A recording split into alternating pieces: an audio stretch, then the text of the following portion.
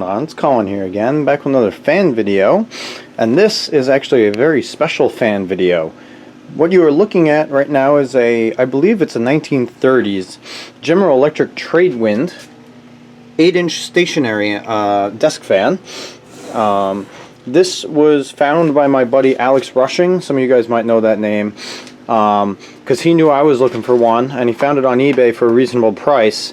And actually, through a slight misunderstanding, he ended up buying it and then ended up selling it to me for what he bought it for, because it was complicated. But either way, I ended up with it.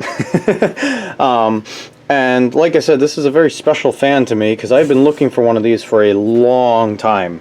So basically, the story with this is when I was really young, probably, I don't know, I was probably 4 when I finally took it apart. But either way, when I was really young, my grandpa had a GE Tradewind. It was actually a 10-inch oscillating model, and I always liked it. And I always made him like plug it in and run it and whatnot. And I remember it made a weird noise. I don't know if it was the blade hitting the cage or something or whatever. But either way, it'd only run it for a couple seconds and he would shut it off and stuff like that. I don't know. It was just one of the first real antique fans I remember seeing as a kid. And so naturally, me being me at that age, again, I was probably maybe 4 years old, I got curious and I took the whole thing apart to see how it worked. And then the problem was it never made it back together and it ended up being scrapped. And ever since then, I really missed it because I liked the way it looked and I thought it was a really neat fan. And I've kind of been looking, well, actually, for a long time I was trying to figure out what the hell it was because I couldn't remember off the top of my head. I just remember what it looked like. And then finally one day I was cleaning up their basement and I found the base cardboard here, which this one's kind of worn, but it's that cardboard with the General Electric, and it's a, well, his said 8-inch oscillating Tradewind. So then I knew it was a GE Tradewind. Then I spent a very long time keeping my eyes out for one coming up for sale, and across years and years, and I'd only see a couple because apparently these things are kind of rare. I guess being a cheaper fan from the 30s, not that many of them have survived. But yeah, every time I did see one, people wanted like $100+ for them, which I just wasn't prepared to spend. And I was also getting really picky because I really wanted that 10-inch oscillating model like I had as a kid. But finally, Alex found this thing for a really cheap price, and I just couldn't say no. I had to have it because it was, although it's an 8-inch stationary, it is a Tradewind after all, and it's in good shape, and again, the price was right, so I decided to jump on it. However, I am still keeping my eyes out for a 10-inch oscillating because I do want the actual one. But either way, I figured it would be cool to have 2 of them someday. But at least this satisfies the itch. Now I at least have a Tradewind, even though it's not the exact one. It's pretty much close enough for me. Like I said, I'm going to keep my eyes out in the meantime, but I'm in no rush. Eventually I'll find one and at the right price at the right time kind of thing. But either way, I'm very excited about this. Alex even went as far as to when he got it, the blades were bent and a couple other things were a little wrong with it, so he did a quick little tune-up on it for me, which I really appreciate. That was really nice of him. And then he just repackaged it up and sent it up to me, and today's Christmas, and I opened it because my parents saw it, and I told them, and they actually wrapped it up for me, which was kind of fun. But yeah, I got this as a Christmas gift, and like I said, I'm very excited. They're pretty, like I said, they're cheaper fans for the time. Just a single speed, not even an on-off switch. But they're just neat looking fans, and I always liked the way that they looked with the like hexagonal cage and these like diamond shapes with the grill there. And the badge is really cool too. The base is also a hexagon, and it looks like it originally had like a crinkle finish. But either way, they're really cool. I like them. The 10-inch oscillating models are cool too. They have a really cute little gearbox off the back, and it was just a continuous oscillation. There was no on-off or anything. The motors were a little bit bigger. I think they were probably about that big around. But yeah, so I'm very excited about this. So I figured I'd make a video about it because why not? And what I want to do with this one, at least in this video, is I want to clean it up, service it, rewire it, all that stuff so I can actually run it. And then we'll see how well this finish cleans up. If it cleans up okay, I might leave it, but I'm also very much leaning towards fully restoring this thing because A, it seems like a pretty simple fan to restore, and B, because it's so special to me, it would be pretty neat to see one that was all done up and nice and whatnot. So we'll see. But I don't know if that would be a product for this video or not. We might just focus on getting it cleaned up and serviced and rewired in this video. But either way, it actually does run. As you can see, there's been some electrical work done to it at some point. Somebody replaced the cord because the original one is crumbling. But Alex already went ahead and added a little oil, so it's nice and free. Whoever put this cord on here must have not had an outlet nearby, because this cord is literally like 15 feet long. It's hilarious. But they were nice enough to include a really cool and nice looking acorn plug, which is kind of cool. But either way, go ahead and plug this up here. It seems to take its time getting up to speed. I don't know if the motor is a little underpowered or it just needs to be serviced better than adding a little oil to the wicks, but once it gets up to speed, it runs really nice. And it's actually a pretty quiet fan. It moves a nice gentle breeze.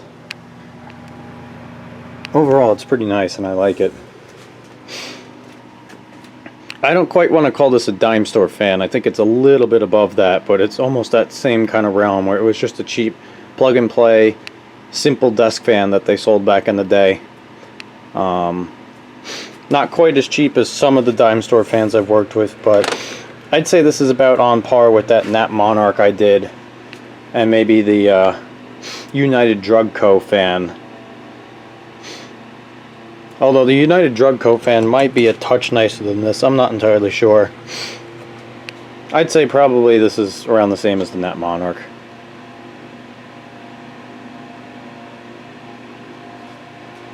It's still spooling up a little bit here.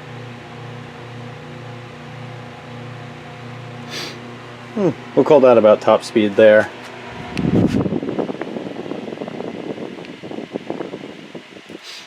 But yeah, it runs really nice. It's pretty smooth. It's pretty quiet, moves a nice gentle breeze, but it's, you know, it's a fair amount of air. You can feel it from a pretty good distance away. It doesn't really taper off like some desk fans do. But yeah, as you can probably tell, I don't know, I've said it a couple times, I'm like super stoked about this. So I think what I'm going to go ahead and do is throw you guys up on the tripod. Let's tear into this thing, clean it up, rewire it, service it, and get it ready for some use. So anyways, going to go ahead and throw you guys up on the tripod, and let's dive right in. Alrighty guys, I figured the last couple of videos have been time lapses, so we're probably well overdue for a working through it type video. So why not make this one that type of video? I'm going to start by trying to get these blades off of here. It's got a really tiny set screw. I think the set screw is actually brass, which is kind of cool. Just see if we can sneak this blade out of here. Like that. Actually, it looks like this whole hub is brass, so that's kind of neat. Blades are definitely going to need to be cleaned. It looks like there's just two flat head screws that go through the motor and hold the motor together and hold the grill on too. Go ahead and take these off.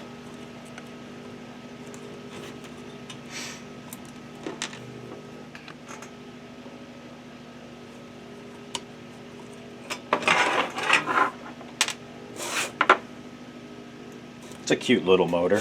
It's actually really tiny. As you can probably tell, that's my hand for a sense of scale.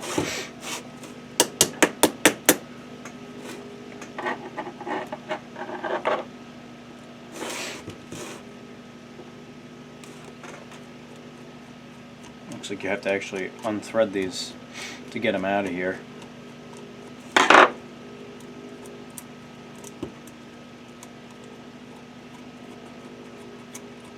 Alright, these bolts don't seem to want to come out any more than that. I'm going to go ahead and take this thing off the tilt part here, because I believe that this has to come off before we can split the two motor halves. Yep, there's a screw here, which is kind of interesting.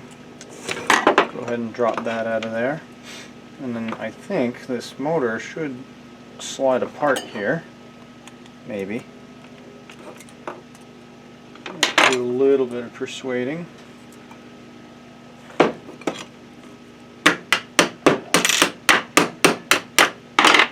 we go.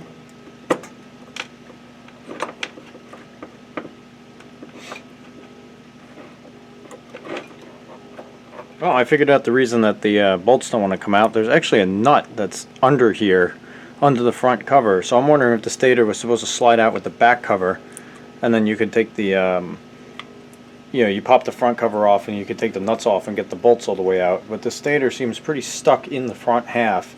So I'm going to have to figure out a way to try and get that nut loose so I can get this bolt out. This one finally came free.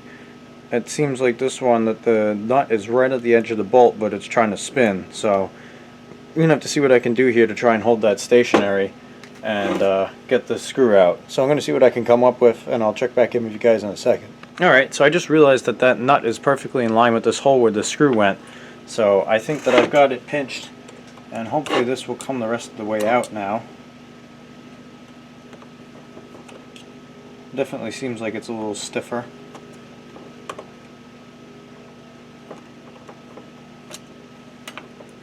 There we go. Got it freed. Get the screw back out of here. Nice. And there's our motor. It's a really cute little thing, just the 2 poles and a tiny little rotor there. I'll go ahead and try and grab this fiber washer out of here. Or not. Oh, there it goes. There's the nut too. Windings look a little dark. Not sure if they've gotten hot at some point or if that's just the color of the varnish that's on there. I'll have to see. But otherwise, the motor doesn't seem too bad. It's not overly dirty or anything. And it looks like this cord goes through to the other side. So I'm going to have to get this stator out of this half here. And we can see how bad that's going to be to replace. Hopefully it's not too terrible. But we'll see. So I'm going to see what I can do to free this up. And then we'll keep going from there. Alright, so luckily, as I predicted, this isn't going to be too bad to redo the head wire on. Looks like we just got the wire comes through here, and it ties in with the winding right in here. So hopefully we can take this off and just solder new connections to the windings. So I think I'm going to go ahead and take these off. We'll clean this up. I'll hit it with some new varnish, because I think it could probably use it. And then we'll see about putting a new head wire on this thing. And then we can get to cleaning everything else up while the varnish dries, reassemble, and hopefully we'll be good to go. So I'm going to go ahead and start taking this stuff off, and let's look into getting this torn apart.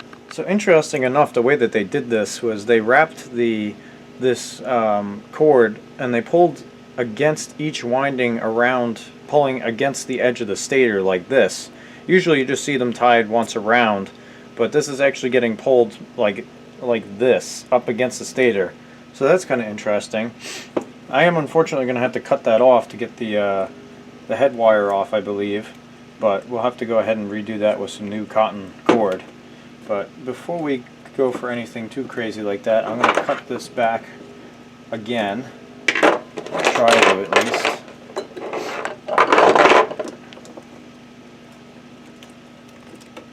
Like that. See if we can't pull these all the way through. Looks like this originally would have had like a rubber coated cord, and the rubber is just disintegrating. And this is once again friction tape around here. Oh, actually maybe we won't have to touch this, because that's the solder joint there. We might actually be in luck with this one. Alrighty, soldering iron's all heated up here. Let's see if we can't desolder this connection here. Hopefully without too much trouble.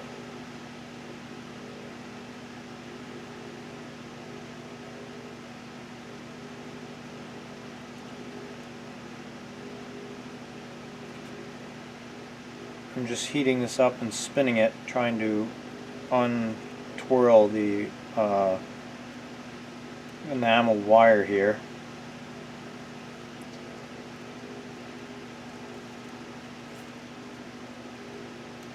Don't want to pull on it too much,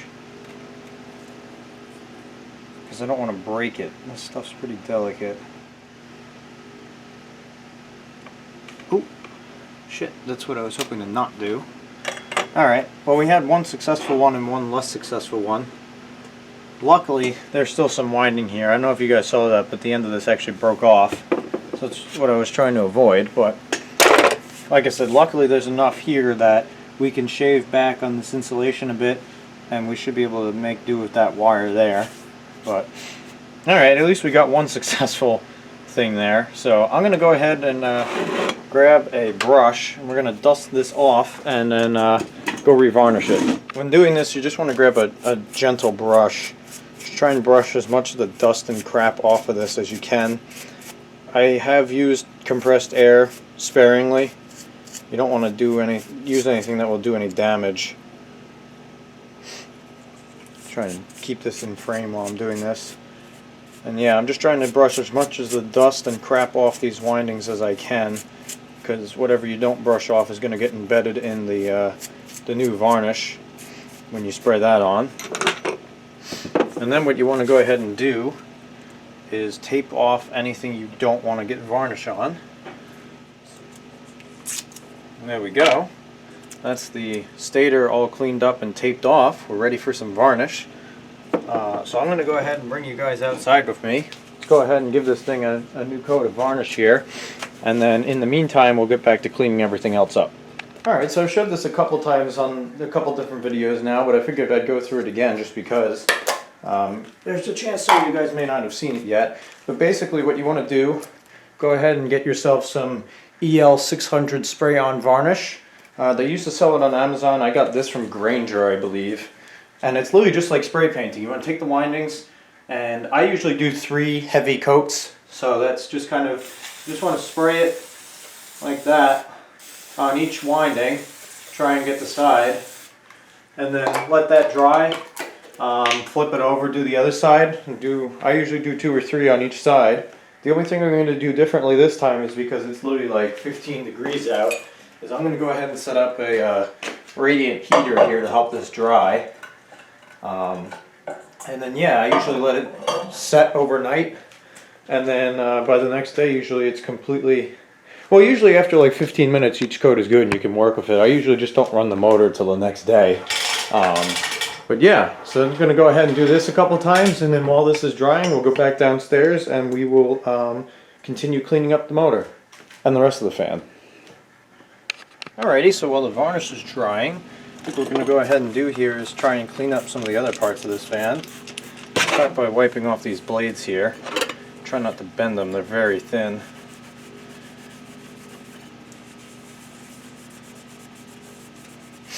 Hoping that these will clean up pretty well. I'm also starting to think about if that base over there doesn't clean up. I've had really good luck with these crinkle finishes with just doing a quick coat of spray paint over the original finish. That way you preserve the crinkle finish, but you give it a fresh new painted look. Because for whatever reason, a lot of times that crinkle finish doesn't clean up super well once it gets dirty like that. Not entirely sure why that is, but at least in my experience so far, that's how it seems to always be.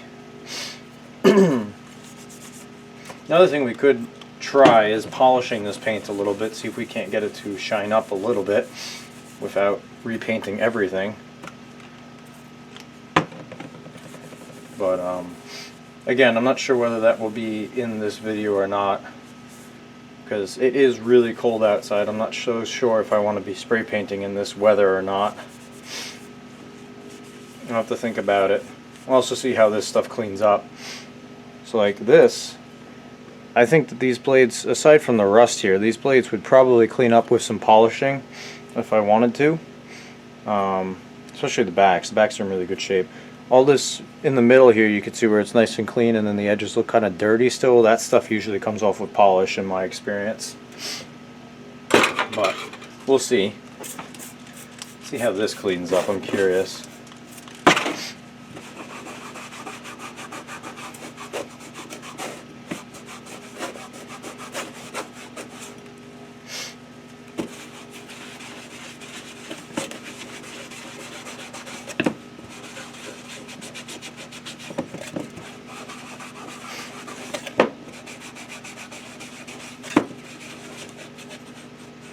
Looks like somebody got some paint overspray on this at some point. That kind of sucks.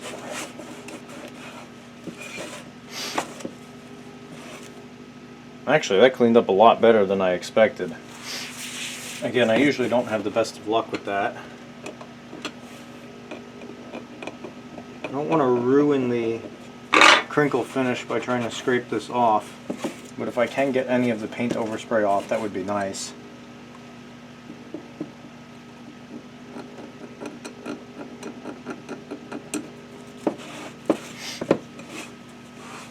Not entirely sure how well that's going to end up working though. Yeah, actually that cleaned up a lot better than it usually does.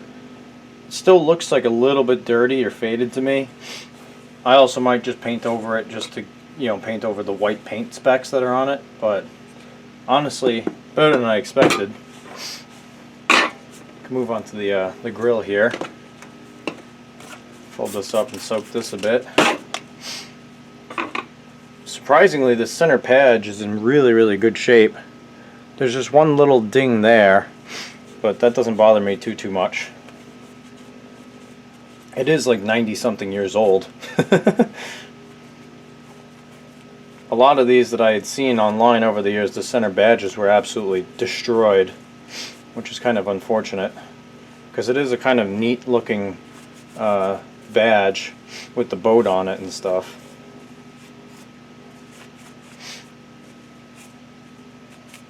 This cage actually isn't too dirty, but every little bit of cleaning helps and just makes it look that much better.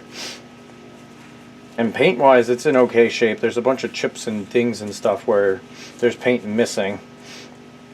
Again, you could probably polish up what's here, but if I'm going to be spraying everything else, I don't know if it's worth putting the effort into polishing it if I could just do a quick spray paint job on it. And for something like this, I'd probably just take the center badge off and just strip it and paint it from scratch. That usually ends up working out better for just smooth grills and stuff like that. The only time I ever really paint over old paint is for stuff like crinkle finishes or stuff that you can't really duplicate, but you want it to look fresh. But yeah, that's already looking better. Go on to the motor housings here.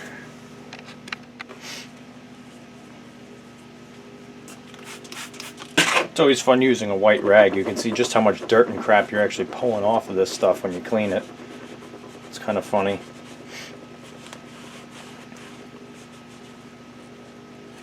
Always clean out the inside too. There's usually some grease and oily crap inside from years of oil and use.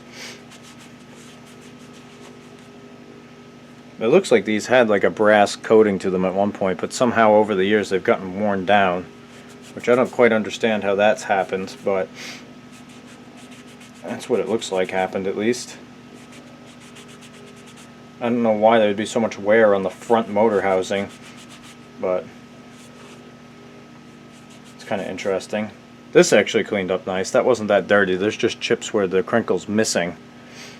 And the back one's kind of a little worse in that regard.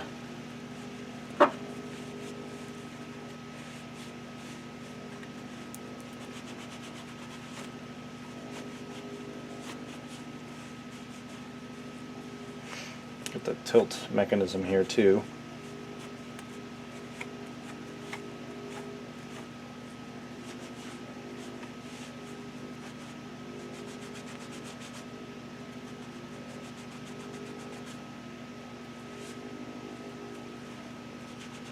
More evidence of paint overspray there, which is kind of unfortunate. I hate it when people get paint overspray on these fans.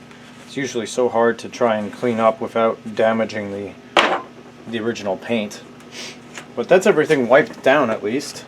I think we can go ahead now and grab this cute little stator here and polish it up. So I'm going to go ahead and grab my drill and we'll clean this up. Alright, what I usually like to do for these is throw them in the handheld drill. And this is 1500 grit sandpaper, which is the finest I can get my hands on locally. And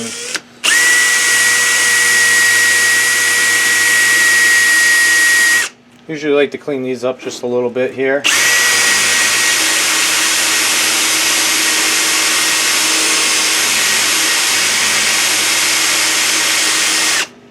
And then also I'll hit the shafts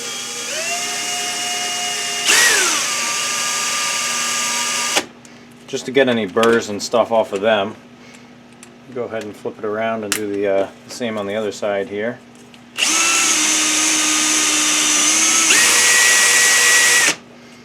And then just wipe off any oil and residue with the microfiber cloth.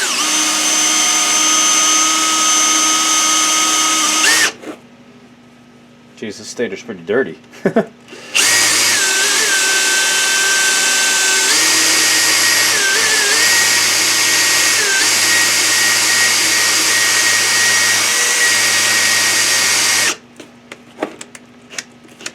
That's looking better. Oh, that's my timer for the varnish. I'll have to go ahead and check on that in a minute. Just finish this up real quick.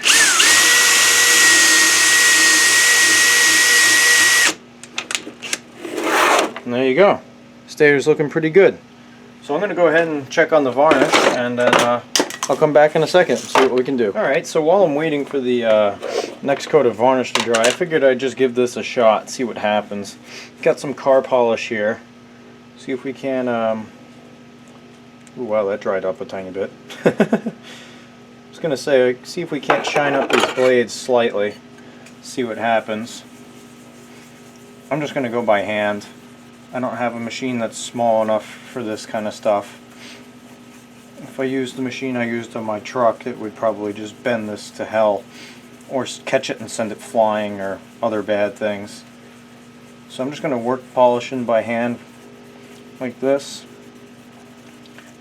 See what happens here. Alright, so I did a little bit more. I managed to get rid of that like weird stuff over here, but it also took the paint with it. So yeah, I think I pretty much just sealed the deal. I'm going to definitely give this thing a little bit of paint and a little bit of love. So with that being said, I think we're going to transition quick.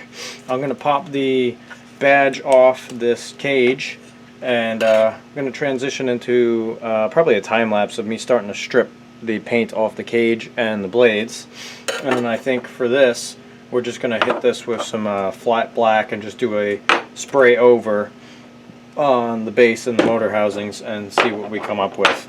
So I'm going to go ahead and start by taking this badge off here, which is just these 4 little tabs, luckily enough. Just try not to completely break them off.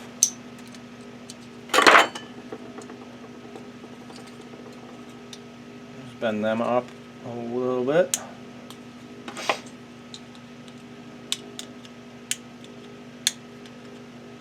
Maybe. It's always one that's got to be stubborn. That screwdriver's way too fat.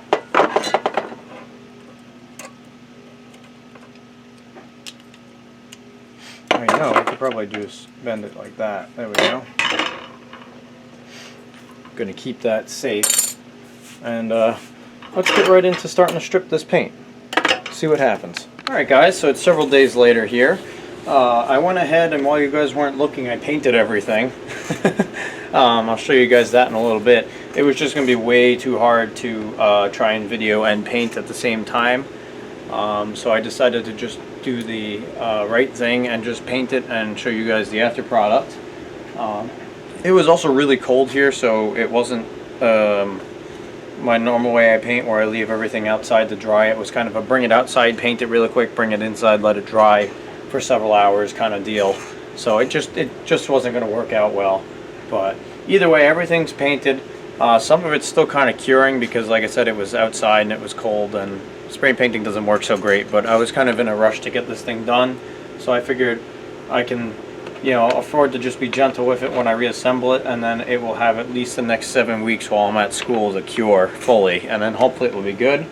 If not, and it still really bugs me, then I can always strip it and redo it. It's not the end of the world, it's a small fan. Alrighty guys, so I think it's time to do some wiring. I've got the revarnished stator here. As you can see, it's all nice and shiny now with varnish. If you remember correctly, I broke off the point where I was mounting to the stator windings here. So what I went ahead and did was I undid the wrapping that was around here. I took off all the extra insulation stuff that was around these. Now I've got 2 wires here sticking off, so I cannot afford to screw this up again. What we're going to do, take a little bit of sandpaper, since this is bare nichrome wire, it's still got some insulation on it, and we're going to just drag the sandpaper off of it and sand the varnish off, or the enamel rather.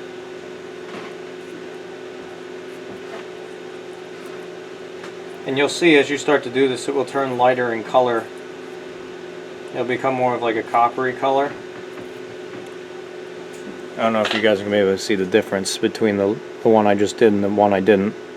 This side is not done, this side is just stripped. But yeah, you just be very, very gentle with it.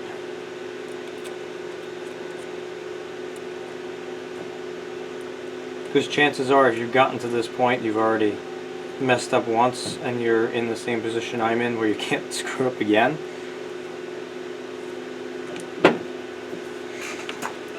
I grabbed my reproduction cloth covered cord here. It's actually nylon, which is kind of nice because you can melt it in place. I'm going to scoot that down a little bit. I stripped a little bit off the ends already. Then what we're going to go ahead and do is feed this through because that's the way that it went. I'm going to bring this over towards the nichrome wire here. And we're just going to wrap that around several times on each side. Almost like you're getting ready to put a wire nut on it.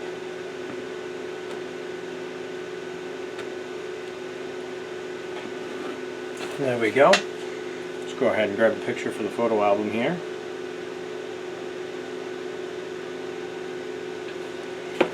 I will attempt to zoom you guys in and do this close up so that you can see what I'm doing. I'll try to not get too much in the way here. But yep, as you can see, we've got that over like that now. Same on this side. What we're going to do, grab just a tiny, tiny bit of flux for each side. Dab that on there. And then I'm going to grab my soldering iron and some solder. I'm going to solder this up really quick. I'm going to start by tinning the soldering iron here. Actually, I need to clean my soldering iron, it's pretty dirty. And then that's the magical part about flux. You basically touch it there and the solder just follows all the way back. Like that.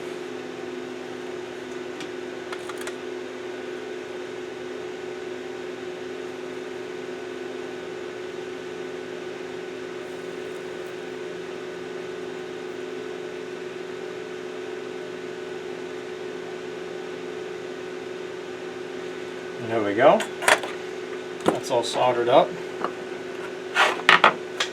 Go ahead and grab some heat shrink here.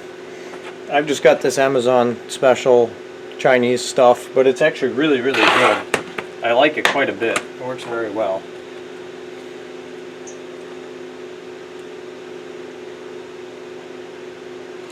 So you want to cut it so that there's a touch extra on each side. And then feed it back over as far as you can, which in my case is about that far.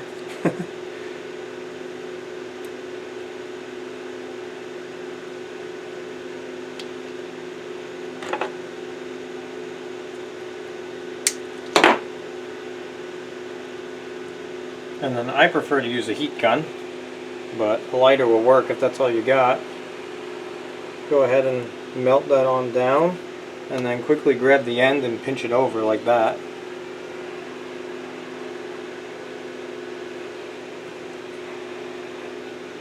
There we go. That's that part done. What we're going to go ahead and do here too, while we're at it, is secure this new head wire. And for that, I'm going to grab some cotton twine. Feed it under the windings here, if you can. If you have a very small needle and thinner diameter twine, this will work much better for you. Unfortunately, this is all I've got right now. I'm going to cut myself a fair bit here, so I really mess up. Actually, before we do this, you want to start by tying a small loop on one end. Get it about as small as you can tie it, which can be kind of difficult. So I'm going to spare you guys the trouble of watching me struggle with this. Let's get a loop on one end. Got my loop here on a piece of string. What I'm going to go ahead and do is feed the string underneath the windings, like so. Bring it back over around your wire. And then what you want to do is feed the end of the string through your loop, which this is a very messy loop, so I'm just going to stick through with a pair of pliers. Try and separate the different twines just a bit. There we go. Alright, so we're through the loop, and then what you want to do, I like to set up the knot ahead of time once again, so you want to loop it back under the part that you just made with your loop, and then back around and through, and then put the loop as far over to one side as you can get it. You want to pull super tight down on this part that originally went through the loop. Sorry, this is really hard to show. So you're going to pull on that like literally as tight as you can get it over like that. Put my thumb on it and then pull the end of the string back through, and that will make the knot like that. This is also how you can tie up loose windings after varnishing, in case you have that problem. And then what we'll go ahead and do is take the varnish and just a little bit on the cotton twine there, and there we go. Fresh head wire nicely installed. In this case it's actually the main power lead too. But that's how I go ahead and install my head wires. So with that, I'm going to let the varnish on this set up for a little bit, and I'm going to grab the main body parts and we'll throw this motor back together. Alright, so the varnish is finished setting up on that. Had it sit in front of my radiant heater for a little while, and that seemed to have done the trick pretty well. I'm going to go ahead and install a grommet in this rear cover here. I really recommend getting one of these grommet kits, and then that way you can replace all the worn out and dried up grommets on all your antique fans. This kit, and we'll get here in a second, but this assorted fiber washer kit, both came from Amazon. Same with the heat shrink actually. And it was all really cheap and very much worth getting, because that has made my life a hell of a lot easier. And now what we're going to go ahead and do is cut this cord to length. Alright, I got this measured out. 5.5 foot cord for that. It's usually about what I do. Somewhere between 5 foot and 6 foot. And when I can't decide, I'll do 5.5. But anyways, go ahead and feed this wire through the new grommet here. Also, I don't think I showed this yet, I threw some semi-gloss black on this and the front motor housing and the base, and I just painted over the original crinkle finish, and it actually came out really, really good. So I'm very happy with that. And we're going to go ahead and feed this through here. See if we can't align the holes here. Just peering through these holes, make sure I have them lined up. We can go ahead and pop that back into place. So we get a couple of felt washers here and a couple of these original fiber washers, and I always recommend replacing these because they are very brittle and they just snap like that. The felt ones I'll probably leave. I believe those went up against the bearings. So what we're going to do is grab our fiber washer kit here after we move all the other junk out of the way. At one point this got all mixed up, but there should be several that are about the right size in here.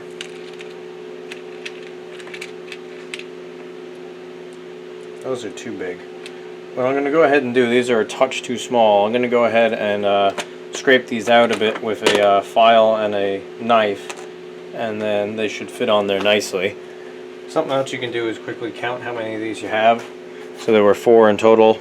Looks like they're about the same thickness, so I know I'll need 4 of them.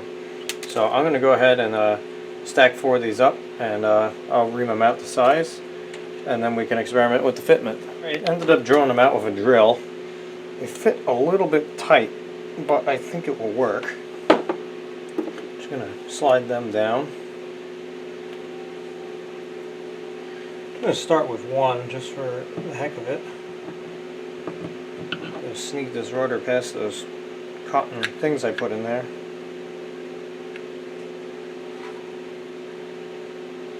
Yeah, I think it's going to take 2.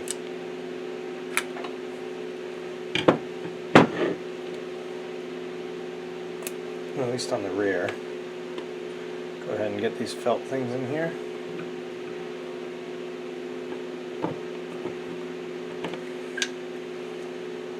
That seems better.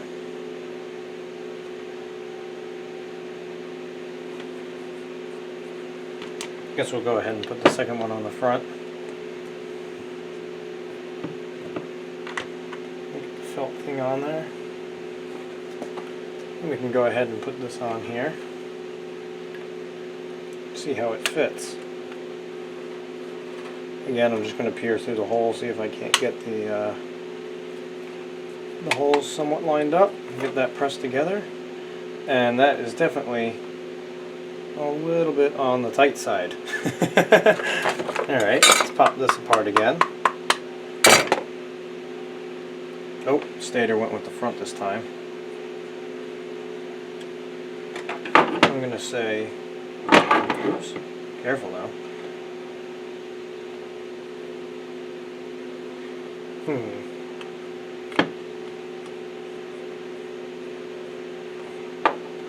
I'm going to delete the felt things for now. It's kind of a game of guess and check. Unfortunately, there's no real exact science to this that I know of.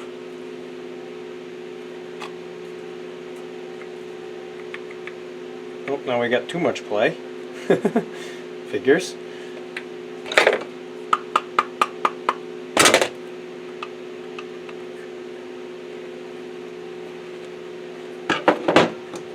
Try taking one washer off the front and then running the felt things.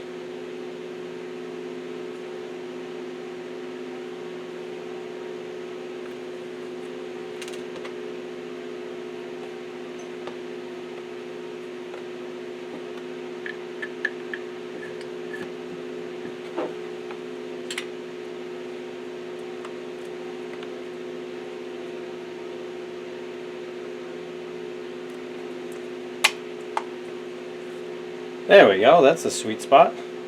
Got just a tiny bit of in and out play there, but otherwise it's nice and happy. So with that being said, I'm going to go ahead and straighten this front cover up a bit because it's a little bit misaligned. Needs to do that.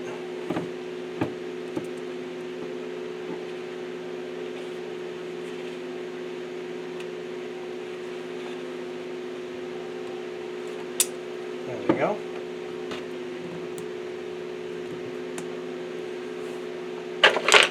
Go ahead and grab my hardware and stuff from over here, and let's get this thing all reassembled. Alright, so there's this tiny little screw that goes in the bottom here. We'll start with that.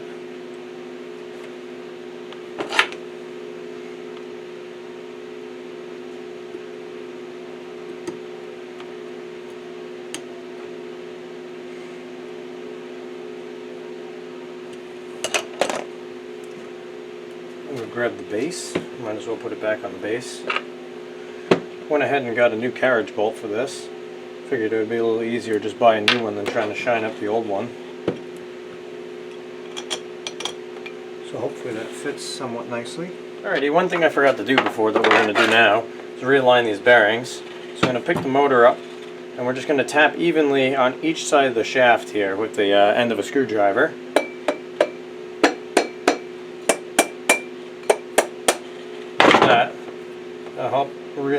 those bearings a bit.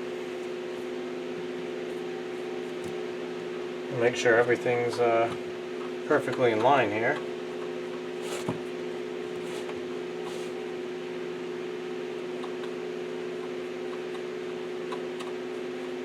There we go. And we can go ahead and reinstall the grill here. I don't think it mattered which way was up,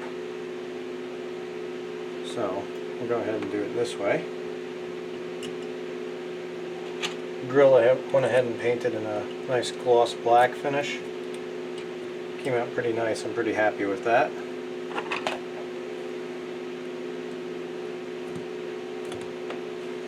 This is going to be a little difficult, of course.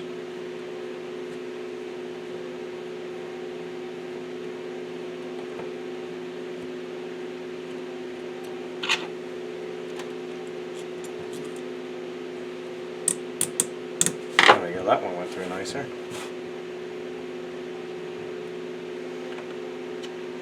Go ahead and get the washers and nuts on this.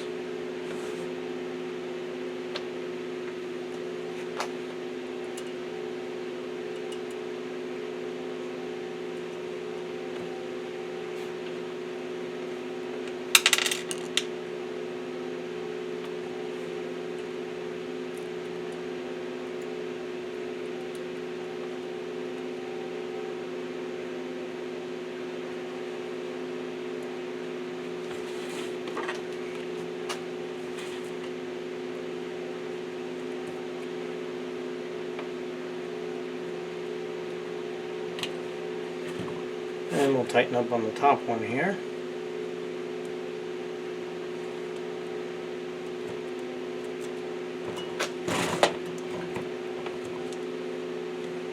I'm just going to go ahead and realign these one more time.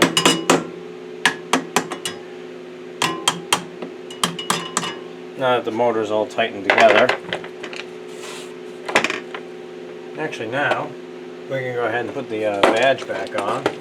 If I can find it on the mess that is this workbench here.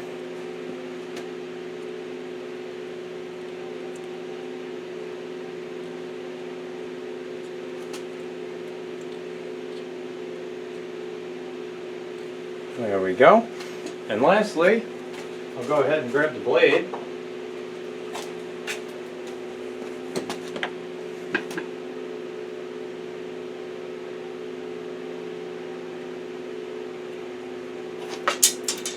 Lastly, we got the blade here, which I did in a flat black, because best I could tell that's what it was originally. Let's see, is there a flat spot on this shaft? I don't think there was. I'm trying very carefully sneak this in here because this blade is really not fully cured yet. That is the one problem with painting in the cold. It takes much longer for it to cure.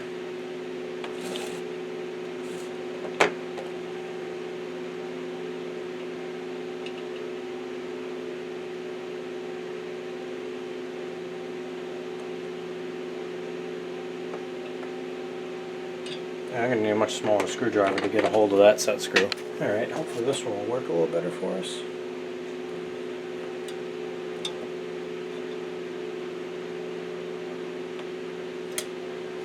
There we go. That spins really nice. And then the very last step we're going to go ahead and do here is go ahead and grab a plug to wire this up with. Alright, went ahead and found this nice vintage looking plug. So go ahead and slide this through here. Actually, I might be able to get away with doing like that. Need my heat gun to melt this.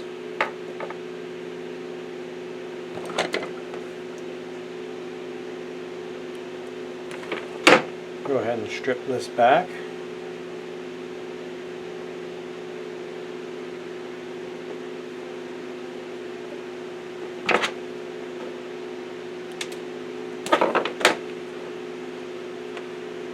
Like so.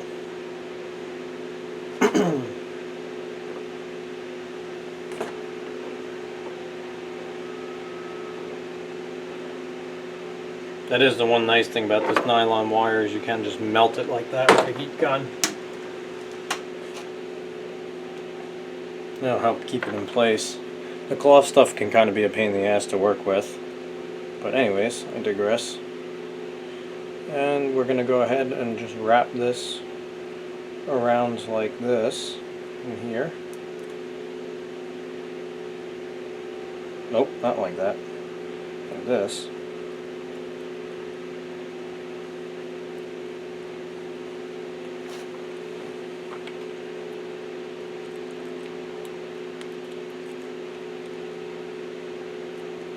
I usually take the end of a flat blade screwdriver and do this, but I forgot to twist the wires beforehand, so we're going to do that first.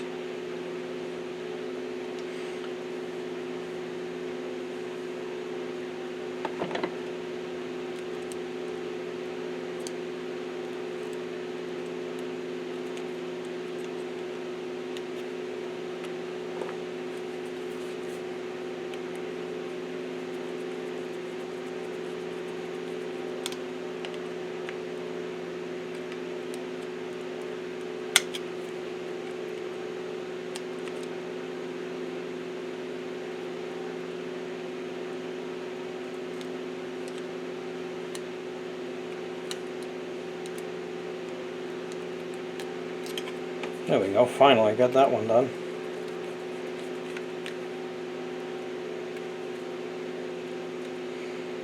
And we'll go ahead and rinse and repeat for the other side here.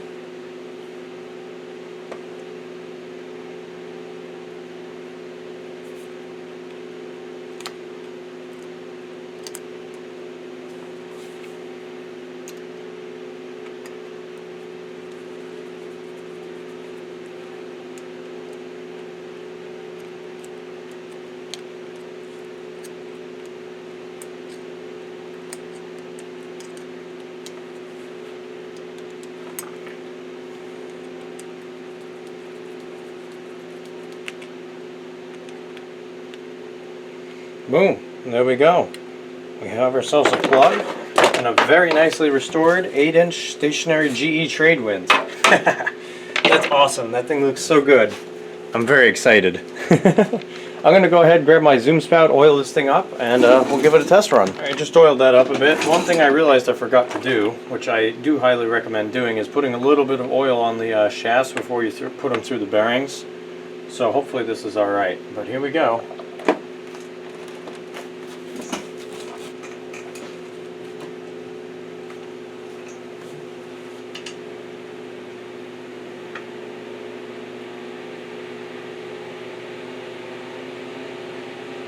Still got that kind of slower wind up like that, but I kind of like it.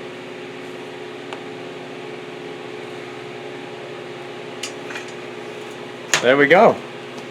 It's running. I am very happy with how that came out. That thing looks freaking amazing. It's kind of an interesting combination of gloss, flat, and semi-gloss, which I didn't fully intend on doing, but I really do like the way it looks. The grill has just got that really nice thick glossy finish on it, as you can see there. That's just from doing about 3 really heavy quick succession coats of paint on there. The base and the motor cover, I think I only did 1 or 2 coats of semi-gloss on them because I couldn't decide whether I wanted them to be flat or gloss, so I went somewhere in between. And then the blade's got 3 coats of relatively quick in succession because it was cold, just flat black on it.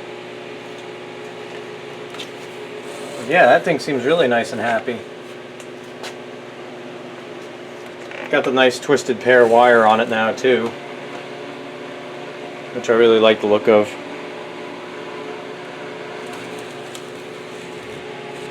But yeah, I'm super happy with that. So I'm going to go ahead and let this thing run for a little while, get the oil soaking in and whatnot, and then I'll come back in a little while. We'll do a final overview and wrap up the video. Alrighty guys, so I think we're just about ready to call this one done. Went ahead, let it run for several hours last night, and it just runs amazing. It freed right up. It's just got an amazing spin down. It's overall just a really, really happy fan now. So I figured I'd go ahead and give one last demonstration here, so here we go.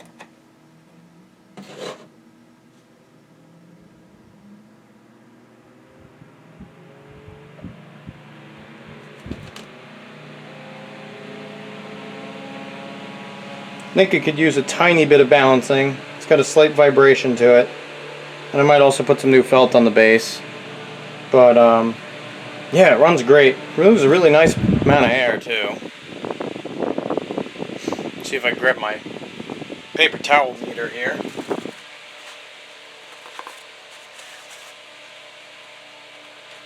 Here, let's do it like this.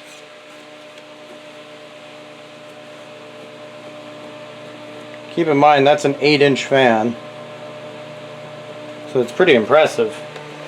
You can feel the breeze up from this thing from about 20 feet away. But yeah, super nice and happy fan there. The spin down on this thing, oh my god, it's freaking amazing. It's actually really impressive given the fact that that blade weighs basically nothing. And it's not one of those fans with a super tiny 1/8 inch shaft either, it's 1/4 inch. But it just keeps spinning and spinning and spinning and spinning and spinning and spinning. So the oil is definitely soaked into that one pretty well. But yeah, like I've said 100 times now, I am very happy with how this came out. Once again, just want to say a huge thank you to my buddy Alex Rushing, who grabbed this thing for me and then was able to send it to me. I really appreciate it. And I'm just so happy to finally have a trade wind in my collection again. Still going to keep my eyes out for a 10-inch oscillator at some point, because that's the exact one. But hey, at least I got something now, and it came out really damn good. So anyways, guys, with that, I think we're going to wrap up the video here. So thank you guys so much for watching. If you like what you see, hit the little like and subscribe buttons. By all means, leave a comment if you have one, and I'll see you in the next one. Bye.